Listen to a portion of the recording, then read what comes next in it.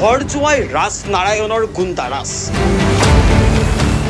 পত্নী জীয়ৰী পুত্ৰক শাৰীৰিক অত্যাচাৰ শহুৰেকৰ ঘৰ জ্বলাই দিয়াৰ প্ৰয়াস লম্পট ৰাজৰ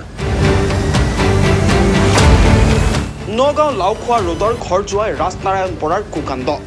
পত্নী জীয়ৰী পুত্ৰক শাৰীৰিক অত্যাচাৰ লগতে শহুৰেকৰ ঘৰ জ্বলাই দিয়াৰ প্ৰয়াস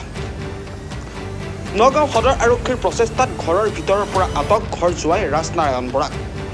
অসম ৰাজ্যিক মহিলা আয়োগৰ সদস্য মামনি বৰাও ঘটনা সন্দৰ্ভত কাষ চাপিছে আৰক্ষীৰ প্ৰথমে দৃশ্যটো মন কৰক আৰক্ষী সাংবাদিক তথা স্থানীয় ৰাইজে বাহিৰলৈ আহিবলৈ আহ্বান কৰিছে এজন ব্যক্তিক কিন্তু কাৰোৰে কথা নুশুনে ৰুমৰ ভিতৰতে নিজকে আবদ্ধ কৰি সংযোগ কৰিছে অগ্নি বাহিৰত হাহাকাৰ অৱশেষত আৰক্ষীয়ে ঘৰৰ দুৱাৰ ভাঙি উদ্ধাৰ কৰে ঘৰ জোৱাই ৰাজ নাৰায়ণ বৰাক এতিয়া আহক মূল বিষয়লৈ ঘৰ জোৱাই ৰাজ নাৰায়ণ বৰা যি নিজকে সমাজ সেৱক বুলি ফিতাহি মাৰে আচলতে ভদ্ৰতাৰ মুখা পিন্ধা এইজনৰ কুকীৰ্তি শুনিলে আচৰিত হ'ব আপুনিও টকা নিদিলে পত্নী আৰু শাহুৰেকক শাৰীৰিক অত্যাচাৰ কৰাৰ লগতে দিয়ে হত্যাৰ ভাবুকি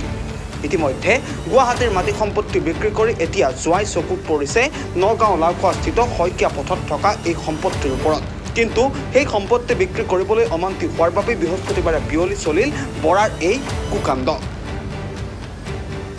শহুৱেক পত্নী জীয়ৰীক মাৰধৰ কৰি নিজকে আবদ্ধ কৰে ঘৰটোত আৰু তাৰ পাছৰ পৰিৱেশ এয়া ইতিমধ্যে নগাঁও জিলাৰ সদৰ আৰক্ষীয়ে উদ্ধাৰ কৰি আটক কৰিছে ৰাজ নাৰায়ণ বৰাক পত্নীয়ে ইতিমধ্যে দাখিল কৰিছে এজাহাৰ মোৰ যেনে কিবা কথা নুশুনোতে গ্লাছ বটল দি মাৰিবলৈ আহে সদায় শুনিবই লাগিব আৰু যদি পঢ়ি থাকোঁ তেতিয়াও খং কৰে কি বেছি নপঢ়িবি সেই নহ'লে মাৰি পেলাম কিবা কিবি আকৌ ফিজিক্স অলপমান নাম কটাই দিম সেইবিলাক চব কৈ থাকে আকৌ যেতিয়া এবাৰ মাতিব নহয় যদি এবাৰতে নাহোঁতে আকৌ সেইটোতো বকনি খাম পঢ়ি থাকিলেও সি মাতিলে এবাৰতে আহিব লাগিব দেউতা হয় ইমান বেয়া ব্যৱহাৰ কৰে ৰাজ নাৰায়ণ বৰা অঁ মাৰে বটলত গ্লাছৰ বটল দি মাৰে আৰু এতিয়া আকুৰি দিছে বহুত বেয়াকৈ মাৰে এই পৰ্দা জ্বলাই দিছে তাৰপিছত তেনেকৈ আকৌ দৰ্জা মাৰি থৈছে গেটৰ ভিতৰত যিমানখন দৰ্জা চব লক কৰি থৈছে পিছত এতিয়া ভাঙিহে যাব লগা হৈছে পুলিচো আজি মই ফিজিক্সাললৈ গ'লোঁ ছোৱালীজনীক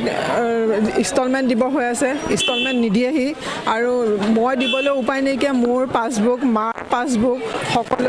সকলোখিনি নিজৰ হেৰিত ভৰাই থয় আমাক এক পইচা চুবলৈ নিদিয়ে কেতিয়াবা আমি মনে মনে আমি পইচা উলিয়াবলগীয়া হয় মোৰ নিজৰ পইচা মই নিজে মনে মনে উলিয়াবলগীয়া হয় তাৰপিছত আজি মই ফিজিক্সালত ক'বলৈ গ'লোঁ যে মই অলপ দিন দেৰিকৈ দিম আৰু এনেকৈ ক'বলৈ গ'লোঁ তাৰপিছত সি গ'ল মই আহি পালোঁ তেতিয়া গেটটো তলা মাৰি থৈছে তাক নুসুধাকৈ যোৱাৰ কাৰণে তাৰপিছতে সি ওলাই গ'ল গৈ পেলাই ফিজিক্সালৈ পালেগৈ ছোৱালীজনী পিটিবৰ কাৰণে তাৰপিছত তাইক মই মাতি দিলোঁ সি যোৱা বুলি গম পাই পেলাই তাইক মাতি দিলোঁ তাইক ঘৰ পালেহি তেতিয়া সি কি কৰিলে এই তাৰ যিখিনি টিচাৰ বা ল'ৰা ছোৱালী আছে তেওঁলোকক কিছুমান ছোৱালীজনীৰ কিছুমান বেয়া কথা কিছুমান কৈ থৈ আহিছে তাই কাইলৈৰ পৰা যাবলৈ অশান্তি পাইছে আৰু কলেজলৈ আৰু কেনেকৈ যাম বুলি কৈছে কিছুমান বেয়া কথা কৈ থৈ আহিছে নিজৰ ছোৱালীজনীক তেওঁ কৈয়ে আছে যে মই অহা বছৰৰ পৰা তোক তাত নিদিওঁ তোক ফিজো নিদিওঁ অথনি নিজে ফোন মাৰি কৈছে তই গ'লি নহয় এতিয়া তোক ফিজ নিদিওঁ আৰু ফিজ একেবাৰে নিদিওঁ তই তাৰপৰা ওলাই দিব লাগিব হয় সৰ্বগাঁও থানাত এজাহাৰ দিলোঁ দিয়াৰ পিছত এতিয়া মই ডিভৰ্চ কেছ ফাইল কৰিম আৰু চাওঁ আৰু কি কৰোঁ আৰু সেই ঘৰত সোমাবলৈ নিদিম আৰু তাক ৰাজ নাৰায়ণ বৰা হয় মোৰ মাৰ ঘৰত ভাড়াতীয়াও এটা থাকিব দিয়া নাই কেতিয়াও আমিও ভাড়া আছিলোঁ আমাক কেতিয়াও থাকিবলৈ দিয়া নাই 4 বছৰলৈকে আছিলোঁ 4 বছৰ আমাকো অত্যাচাৰ কৰিছে তাৰপিছত মই গুচি গৈছোঁ ইয়াৰ পৰা বাইদেউ লুকাই মোৰ পৰা পইচা লৈ ল'ৰাটোক পঢ়াৰ কাৰণে পইচা পঠাইছে কিন্তু বাইদেউ মোৰ পৰা পইচা বিচাৰে বাইদেউ পইচা তুমি লৈছানে মোক কয় পইচা দিছেনে বাইদেউ মই কৈছোঁ মই বাইদেউক দি দিছোঁ এতিয়া দিয়া নাই পাছত দিম এনেকুৱা কৰি বাইদেউক মই পইচাটো দি দিওঁ ল'ৰাটোক পঠাবৰ কাৰণে কিন্তু ময়ো 4 বছৰ শাস্তি পায়ে গৈছোঁ মানুহজন বহুত শাস্তি দিছে আমাক নোকোৱাকৈ মানুহ লৈ পেলাই আমাৰ ঘৰত সোমাই গৈছে মতা মানুহ লৈ পেলাই সোমাই গৈ আমাক দম দি ঘৰৰ পৰা ওলাই যাবলৈ দিয়ে যেতিয়া তেতিয়া কয় ঘৰৰ পৰা ওলাই যোৱা তেনেকুৱাও কৰিছে তেখেতসকলকো ইনকামৰ এটাই পথ আছিলে ভাড়াঘৰখিনি গোটেইখিনি ভাড়াঘৰৰ মানুহ উলিয়াই পঠিয়াই দিলে এতিয়া মোৰ ইনকামৰ পথটো ভাঙি দিলে নাই লিখাই লোৱা আমাৰ মোৰ আৰু মাৰ নামত আছে কিন্তু বেছি দিম বুলি মানে এইখিনি মাটি বেছি দিম কৈ আছে